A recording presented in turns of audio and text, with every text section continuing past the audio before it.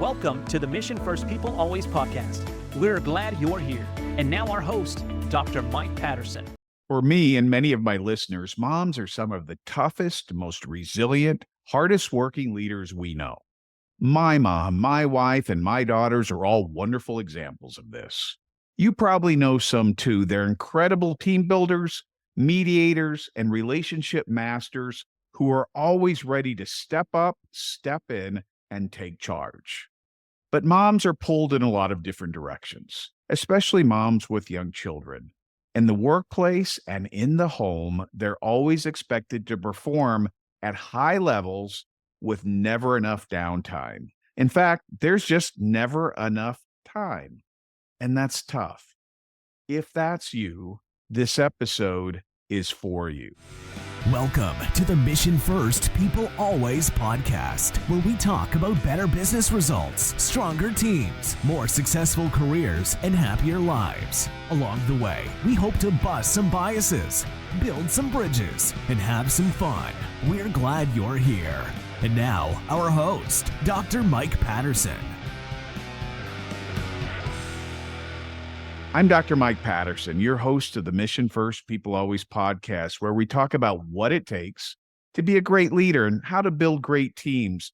And we showcase some incredibly talented people who care deeply about good leadership and healthy organizations, just as I do. And today is no exception. My guest today is Dr. Ann Welsh. Ann is a clinical psychologist, executive coach, and consultant. She began her career at Harvard before opening her own practice with a focus on supporting women in STEM, healthcare, and law, and working parents across career sectors. Her coaching brings together research and real-life experiences to hone leadership skills, improve relationship intelligence, and create work-life integration. Dr. Ann Welsh, welcome to the Mission First People Always podcast. I'm glad you're here. Thank you. I'm really excited to be here. And you're talking to me from beautiful Boston, and you have 4 children that are going to come charging into the door here in just a little bit. So I'm glad you were able to work in some time for our conversation. We're cleverly calling this episode Lead Like a Mother. So I'm excited to see where we go with it, and I'm sure it's going to be a very valuable conversation for many people in the audience. So before we jump in, Ann, tell us your story. What got you interested in this work, and what keeps you engaged? Yeah. So, I'm a clinical psychologist by initial training, and I started out my career researching, and I started looking at the transition to motherhood simply because I really liked looking at transition points in people's lives and how they navigate change, whether that was starting college or getting married or having children or career. And so I started researching this area. I didn't have any kids of my own at the time. And spoiler alert, researching the transition doesn't make the transition any easier. I eventually did have my own kids. And after kid number 2, I was working at Harvard. And in what had been my dream job, doing student mental health, I really enjoyed it. But I found that I couldn't parent the way I wanted and do that particular job at the intensity that I needed. And so I asked for some flexibility and was told, no, these are the conditions of this job. 300 people are waiting in line to take it. If you don't like it, you can leave. So I left and I started my own practice. And in that practice, I started focusing on clinically working with new mothers as well, and kind of over time added executive coaching. And then a couple of years ago, I also added in some consulting with companies trying to help them retain working parents and create cultures where parenthood was a valued asset of their employees. So kind of doing it from a bunch of different angles. Well, we're certainly going to explore your current work and what you're doing to help people. But before we go there, let me just give you my take on why I think this conversation is important. And Ann, feel free to correct me if I'm wrong. So here's why I think we ought to be having this conversation, because moms are the hardest working people I know. I know when I look at my wife, my mom, who at 86 blows me away in terms of how much she still does. My daughters who are raising kids, they're all incredible, not to mention all of the women I've worked with over the years. So I am in awe of what these women do, but they also have to juggle uh, these demands of heavy duty careers with their family responsibilities in ways that make me wonder how they do it. And in truth, though, some of them might be wondering how long they can keep doing it. They feel like they're sprinting through a 26.2-mile marathon and it feels impossible. Am I getting it? Is that the issue? I think, yeah, 100%. And I think that's a great analogy, right? Because there is this sense of every day can start to feel like this battle. And you get to the end of the day and you're totally worn out. And then you just have to do it all over again. And there's kind of no end in sight because the to-do list is never done. And I think what ends up happening is that a lot of women either do burn out and have to leave or are really unhappy and maybe end up in my office as a therapy client rather than a coaching client because they've just gotten to a point of it feels unfixable. So what do they need? Let's say you connect with one of these women who feels this way, but they're not at the end of their rope yet. What do they need from someone like you? And then maybe more importantly, what do they need from their colleagues, coworkers, managers, and organizations? What do they need? Yeah, and I think those are two really important questions, right? Because it is that they do need things individually, but also kind of work culture needs to shift. So to answer the first part, what do they need? What do we work on in, coaching or even in therapy? And part of that is starting to recognize that it is actually impossible to parent and work perfectly. That the expectations that they have of themselves or that other people put upon them are simply too high. And they have to start to figure out where they're going to kind of intentionally drop the ball or put the ball down and start to set boundaries around what they will and will not do. And that's true both at work with potentially with projects and true in how they parent. And so sometimes that's saying no, sometimes that's saying it's okay to ask for help, whether that is from your partner or extended family or hiring in help. And also that it's okay to need to say no to things simply because you need a break or you need some time to recharge or to do something to take care of yourself. And, to go a layer deeper, one of the things that I'll work with women on in terms of how to make those choices is to start figuring out what their values are and what they want. I think part of what happens in the kind of course of working motherhood is that there are so many things to do, you stop asking what I want. And it can get so bad to the point of I don't even know what I want for dinner, let alone what I want to do with my life. And so we have to start practicing tuning into that internal voice of what do I value? What do I like or not like? What do I enjoy doing? What am I good at doing? And how can I make decisions that align with that in terms of how to spend my time?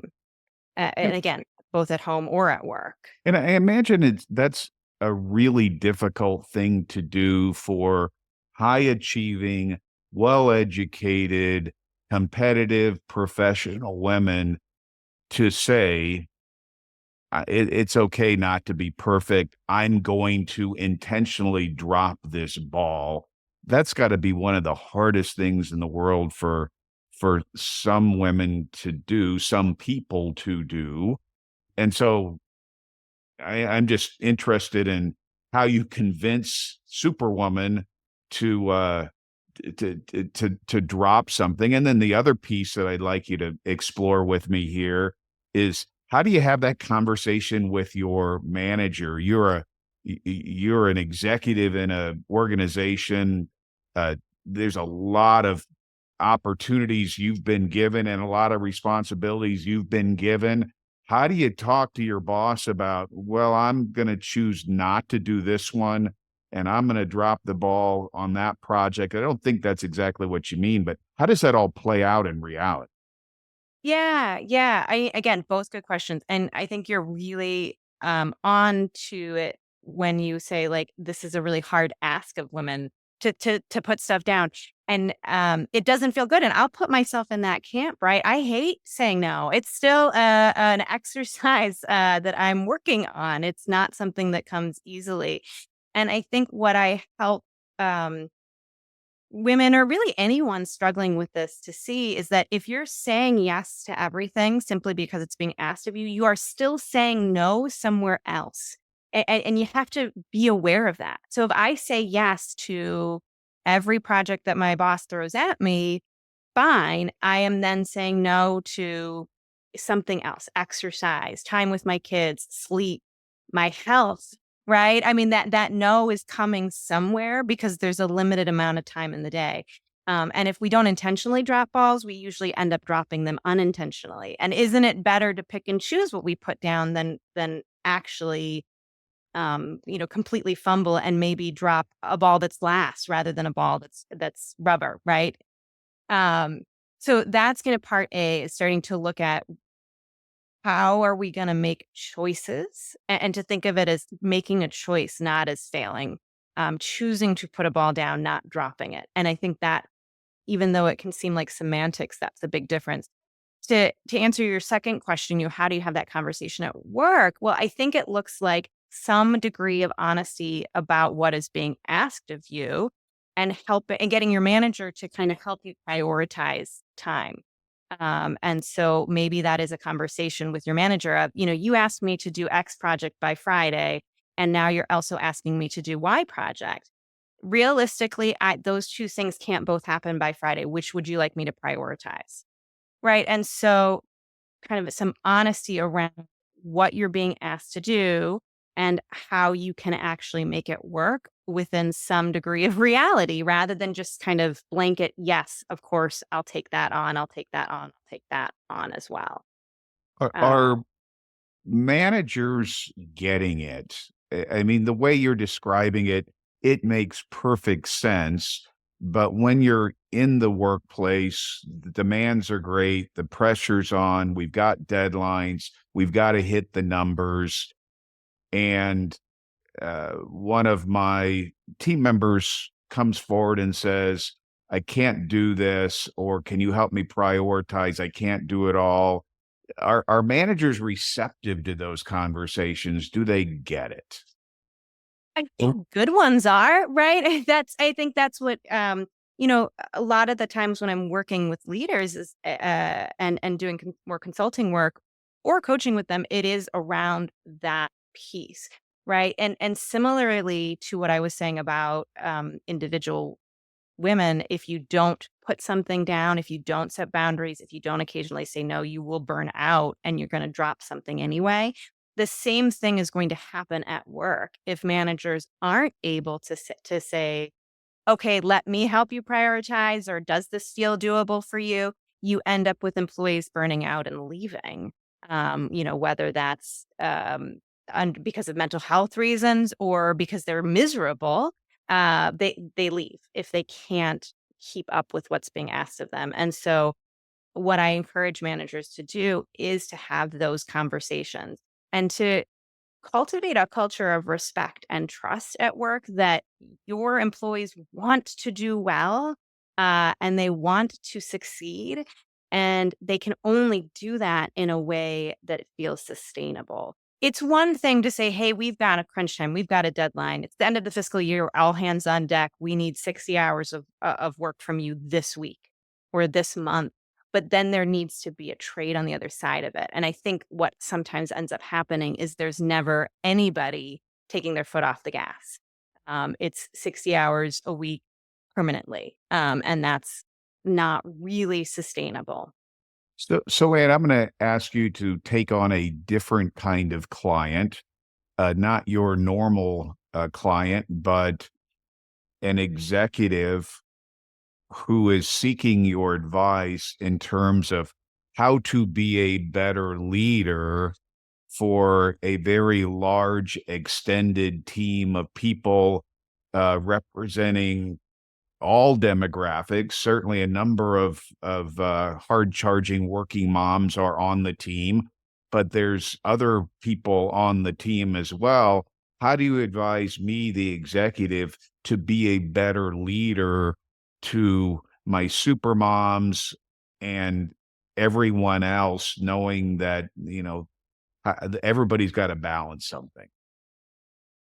Well, I think that's just it, right? Everybody's got something outside of work. We are all human beings and bring that to the table when we show up at work. So maybe you don't have kids, but you've got an aging parent you're taking care of, or your own health issue that you're dealing with, or I don't know, you have a hobby that just really brings you a lot of joy, but takes a lot of time. Maybe you're training for an Ironman. Whatever it is, everyone has commitments outside of work. And if we're allowed to be human and give those commitments time and have needs outside of work, we're going to show up better. We're going to be more engaged at work for having had that time outside of work. I mean, just from a cognitive psychology background, I think I would help that leader just with some education around the fact that you can't sustain an intense cognitive pace of work for very long without breaks. And so if we allow for that time away, and I'm not talking about vacation, but even breaks every, hour and a half in terms of deep thinking, cognitively laborious work, we're going to be better at it. That time away actually makes us better. And that's actually one of the things that I talk about a lot is the way in which, parenting in this case actually strengthens leadership skills, and the things you learn as a parent are applicable to your leadership at work. And I want to go there because that's an important part of this, and that I want to pay off the title of our episode here, Lead Like a Mother. I want to know what you mean by that. But I'm also curious as to whether you have found is there a generational perspective on this? In one of my recent episodes, I had an expert on leading the different generations and the differences between the different generational cohorts. So do Gen X women in the workplace who are moms view their lives differently than the millennials? And I guess some Gen Zs might be entering the workplace and motherhood. Do you see any generational sort of perspective here?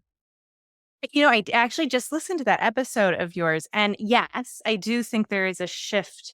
And I would say kind of my younger clients are probably better at this than some of the older ones. But I think part of the difference too is that you're starting to see male parents wanting to be more involved. And I think that the struggle, the gap is that, we need ideally 50-50 participation in parenting, and we're getting still, 25-75, and it's better than it was, but it's not where it needs to be to really support working mothers.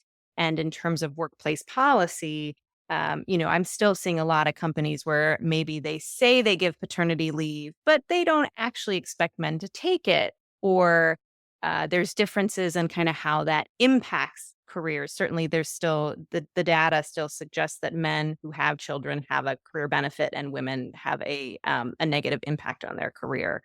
So yes, I think it's improving with the younger generations coming in, and they're kind of asking more of their employees, but I think it's still got a long ways to go. So what you're saying is dads step up. And dads are stepping up, but I think they need to keep stepping up even more. All right. Yeah. Well, let's get to the title here and tell us what you mean by lead like a mother? Are there some strengths and leadership lessons from parenthood that we can be leaning into, and as employers and organizational leaders that we should embrace and exalt in some way? Yes, like 100%. And it kind of this three P's of parenting leadership lessons. And so the first bucket is people skills. And there are things like empathy, teamwork, emotional intelligence, emotional regulation skills, communication. We all know that these are skills that are valued in leadership, and they are skills that actually are kind of impossible to parent without. And when you have kids, and this is true of men and women, there are brain changes that happen that allow for increased empathy and increased emotional communication skills. So they biologically improve with having children. And certainly the experience of taking care of young children builds on those, right? I mean, you have to communicate well and have empathy to parent a toddler through a meltdown. It's kind of a non-starter. And those are the skills that we say, at least we value in leadership, and we know from data make for good leaders. So that's group one. The second is productivity skills. So once you become a working parent, the to-do list is never done. And that's true at work at home.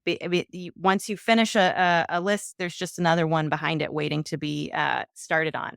And so, working parents in particular have to become incredibly efficient with their time, persistent, resilient, and they have to, have a lot of tenacity to get things done. So they are incredibly productive. I will joke that if I have 5 minutes, I will get something done in that 5 minutes. I do not have that time to waste. So that productivity is really helpful, obviously, at work. And then the last thing is their ability to be kind of have perspective and be planful. Everyone talks these days about the mental load of parenting, which is a huge issue. We could do a whole separate podcast on that. But it's this idea of being able to hold what's needing to be done and figuring out who you're going to ask to do what, and prioritizing, anticipating needs, multitasking, essentially being the project manager. And again, anyone who's maybe taken kids to the beach can imagine, you got to think about, well, who's going to get hungry when, and what food do I need to pack, and who's got their sunscreen, and where are the umbrellas, and how are we going to get there, and are we going to get back for nap time, right? All of these things are planning and managing a group of people, which are also valuable as a leader at work, right? Being able to think about, well, okay, who's got the bandwidth for X project, and, did, so-and-so already complete this, or do I need to follow up with them to make sure it's done? All of that kind of big picture thinking is really, really important as a parent, and it's really, really important as a leader.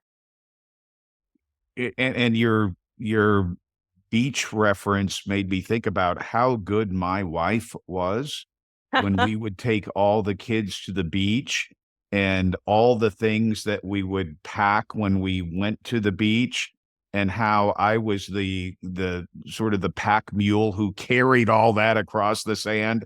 So that kind of brought back some bad memories for me, carrying all that stuff across the beach, but I get your point. And you work with, I want to make sure that my audience knows that you are available as an executive coach. You're a licensed therapist. You're a clinical psychologist, so you do therapy, and you're starting a new group coaching cohort for working moms. I think you said it starts in January. That's interesting to me. Tell us a little bit about why a group session would be useful to a group of working moms. And is it just working moms, or is it working parents? Yeah. So great question. If for right now, it is going to be just working moms starting in January. And as for why doing it as a group, I do a lot of individual work, as you mentioned, both as a therapist, as an executive coach. And I found that one of the things that comes up in both situations is that it's really lonely sometimes to be a working parent. It's hard to find time to socialize. I think it can be lonely at the top as well as a leader that you don't even necessarily have peers. Maybe at your employer there aren't other parents aren't other working mothers or other working parents, and so I wanted to do a group to allow women to support each other and to learn together and kind of have that accountability almost to one another. And so, I'm women, working mothers who are maybe wanting to feel more balanced, more intentional in their choices, a little bit more proactive and present in their lives and find a little more peace. And we'll be talking about all sorts of skills around um, how to become less reactive, emotional regulation skills, how to set boundaries, how to decrease the guilt and decrease the perfectionism. And we're going to do it all together in an environment where everyone gets it and is kind of struggling with the same stuff. So you're creating a community where you can have really the kind of conversation we're having today on the podcast, but do it in a collective way, getting everyone involved, having that sense of community. So is it safe to assume you're going to do this via Zoom, or is it in person? Yep. No, it'll be via Zoom and we'll meet twice a month for 6 months and hopefully make some great connections. And there'll be ways to interact offline as well, or not offline, but I guess in between meetings so that there can be a lot of camaraderie and support throughout the whole period. I think that's a great idea, and I would encourage my listeners to consider that, follow up on that. All of Anne's contact information is in the show notes, and I think your website, Anne, is aptly named drannewelsh.com. Is that correct? Exactly. All right. Couldn't come up with a better name if I tried. And you have a beautiful website, so go check that out, audience. Now, Anne, I'm going to ask you to put on your strategic advisory hat here. You've been invited to talk to the vice president of people, or maybe have a conversation with all the chiefs sitting around the big conference table in the executive suite there. And the question presented to you is, Anne, give us some advice on how we can do better retaining and engaging our moms in the workplace. I know I have some clients that where the workforce is predominantly women. I work with other clients where there are certainly many women in the workplace. How can we hold on to them? How can we retain them? How can we get the most out of them and help them have long-term successful careers where they are with us for the long haul? How do we do these things, Anne, keeping in mind everything else they're juggling? Yeah, and I love this question. I love doing this work within corporations because there are some really important things that they can do. And the first I would say is flexibility of hours, of where the work is done, of how the work is done, and then support that flexibility with the tools and technology that's needed. And so that doesn't have to be completely work from home all the time.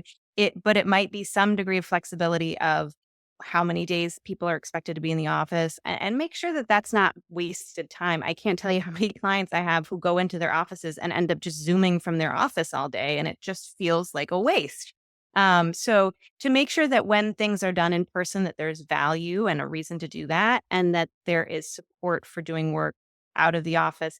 That also includes flexibility about kind of hours, right? And so, some parents are going to have to drop or pick up their kid from daycare at 5 o'clock. That means they have to leave the office at 4 and maybe offline for a few hours while they spend time with their kid. But I bet you they will sign back on at 7 o'clock or 8 o'clock after bedtime and do a couple more hours of work. And that has to be kind of accepted as putting in the time. the second piece I would say is to make sure that there is really strong parental leave policies as best you can. I recognize that with a smaller organization that is more challenging, but to make sure it's gender neutral so that both mothers and fathers can take it, that there's an allowance for some sort of graduated return, that people are encouraged to take it. And then the other piece around that is that if you can, as an organization, to offer parental leave coaching, which is another service that I provide, and it's specific executive coaching around that period of getting ready to take maternity leave or parental leave, during leave, and then for the re-onboarding back. And also, within that, I'll do some manager training typically around how to support that individual person. And then the last place, and I think we kind of touched on this already a little bit, but the last big picture thing I would suggest is just creating that culture of care and respect and trusting that, parents, like all people, are putting in the effort and want to do well. And if you respect and kind of trust that, you'll see that kind of repaid over time and with that retention that we're talking about. And it all comes down to just valuing people for who they are, not necessarily what they deliver in terms of value. They have an inherent value, and their lives are much bigger than just what you see when you see them in the office. So I appreciate that. And if you've listened to the podcast, as my listeners know, I always end with this question. And here it is. I didn't warn you to get you ready for it, but I hope you're ready for it. So knowing what you know and having shared all the great ideas and insights you shared with us today, leave us with one thing that we can do right now that will make us better leaders or simply better people. I think to show up as yourself. And I think that's true, working parent or anyone. A lot of the work that I do is around, again, figuring out your values, your strengths, who you are, and then showing up as a leader. You don't have to show up as a parent or a leader in some sort of cookie cutter way, that you as a unique human bring value to the table. And when you are in alignment with that, you feel better and you actually encourage everyone else to do the same. And it really is this positive feedback loop. And that's great advice. And I want to thank you for being a great guest. I have so enjoyed this conversation. I trust my audience has as well. Again, we've been talking with Dr. Ann Welsh. She is a mom who speaks from experience, but she's also an incredibly well-trained therapist, executive coach, consultant to organizational leaders. And she would love to hear from you. Her contact information is in the show notes. It's as easy as going to drannwelsh.com. And don't forget, we do these podcasts to help you be better leaders, to build stronger teams, to be better human beings. And I'm grateful that you have listened today. If you like what you heard today, you think it's valuable, leave a review, tell a friend, subscribe, follow the podcast. That's how we get the good word out about good leadership. So until next time. Thanks for listening. We hope you enjoyed today's episode. If you want to create a stronger, more people-centric and empowered culture for your organization, visit drmikepatterson.com.